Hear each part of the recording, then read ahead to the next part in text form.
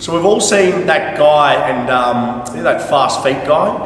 Everyone seen those crazy videos of that guy on doing those fast feet ladders and those quick feet? Everyone's seen him. He's got crazy arm, crazy leg speed. And I just thought I'd bring it up and talk to you guys about it. This is not me being a hater, which some people would call me being a hater. It's not. I just kind of want to break this down and talk about more the understanding of what agility and speed training is, and like the kind of the science behind developing speed and agility for the field-based sport athlete. Now, I'll bring this back and I'll talk about this, and I'm sure Alex will put a little bit of box up there, Al, of him doing it. It actually looks fast forward. Have you seen it, Alex? It actually looks like he's going, have you seen it, Brent? It looks like he's going in fast motion. It's unbelievable. Now, I will give him credit. To do that is very hard. So I don't know if he's trained that way, he's just fast twitch dominant, but that is insane. So credit to Lewis, whatever his last name is, like it's freaky. But the only thing I don't like about it is it's actually not going to improve your speed or your agility. And here's the reason why, and I'll give an example. But first, I want to bring down a bit of definitions, and I'm sure Alex will put this up in the box. Now, I got this off Gary Schofield, so shout out to Gary Schofield. He's actually the president of the NHSSCA, which is like the National High School Association of Strength Conditioning Coaches. So, I'll read this out. Speed. The ability to rapidly separate from proactive or close the distance to reactive an opponent, pretty much.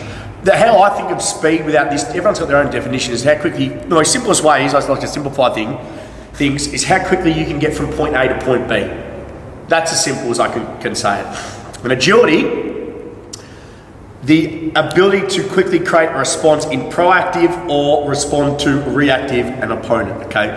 The way I think of agility is there has to be some sort of reactive responding component to training agility. That's how I say it. So there's the two definitions. And you got a third one, energy system development conditioning, the ability to access and perform needed skills while in a fatigue state. That's conditioning. So there's three: speed, agility, and energy system development, which we call conditioning. Now, if we go back to actually his videos, and he talks about how he's a speed and agility coach, and if we go back to what the definition of agility is, well, I've just said before, agility is not pre-programmed. Okay, now if you think about how he goes through things, everything's pre-programmed. He knows where he's going to step.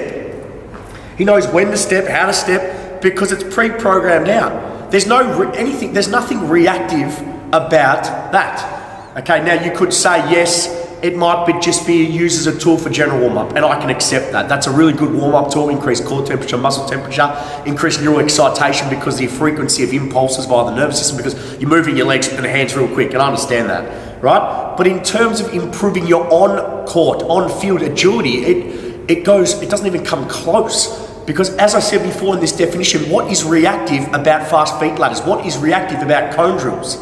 Nothing. Nothing whatsoever. And also, moreover, the fact, think about it this way, if you're playing football, rugby, soccer, okay, that's called game awareness. That is called sporting age, okay? You're just going to get better at just reading the play by playing your sport. Now, in no sense of the word are you playing your sport or learning about your sport while you're doing these agility ladders. Not so whatsoever. It's pre-programmed path of movement, okay? There's nothing reactive. There's nothing game awareness about it. So it's not agility training whatsoever.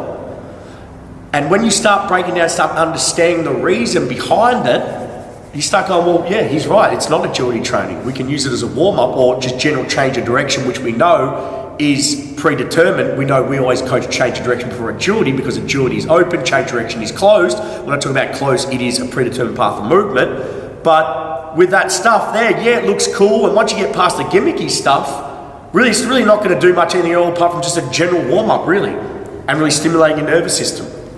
So that's the agility component of it. Let's look at the speed component. Now, if we look at most team-based sports, field-based sports, we know sport is played in acceleration, 0 to 20 meters. We know the athlete who is quicker over that distance would normally win the ball. And that's the whole idea about speed development, because you have to think for the field-based sport athlete, or what I like to call the multi-directional field-based sport athlete, very rarely are they running in a straight line. So it might only be 10, 20 meters, cut, change direction. Now, if we look at these videos and we look at his ground contact times, they're quite short.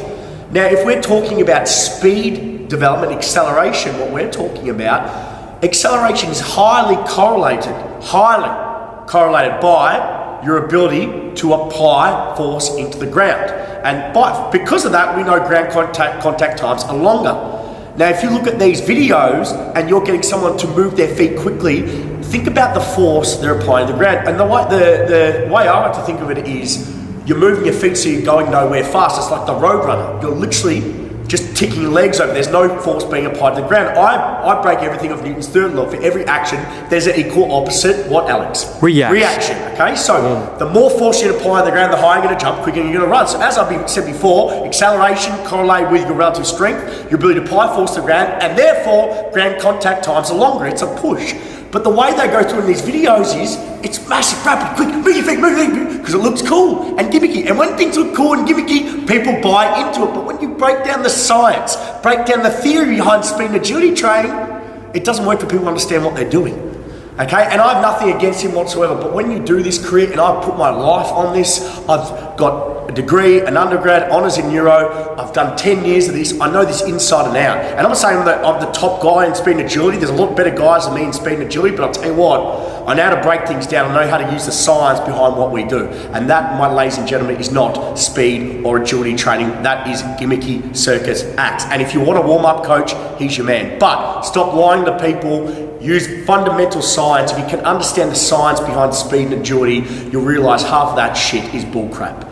Other than that, guys, hopefully you took a lot out of this video. I kept the swearing down to a minimum. I don't think I swore at all. I think the last bit maybe I swore a little bit. If you guys have any questions, comment below. But I want you guys to understand speed, okay? Especially acceleration is critical for the field-based sport athlete. We know ground contact times are longer. We know agility, there's a reactive component, not a predetermined path of movement. Thanks for watching, guys, and I'll see you later.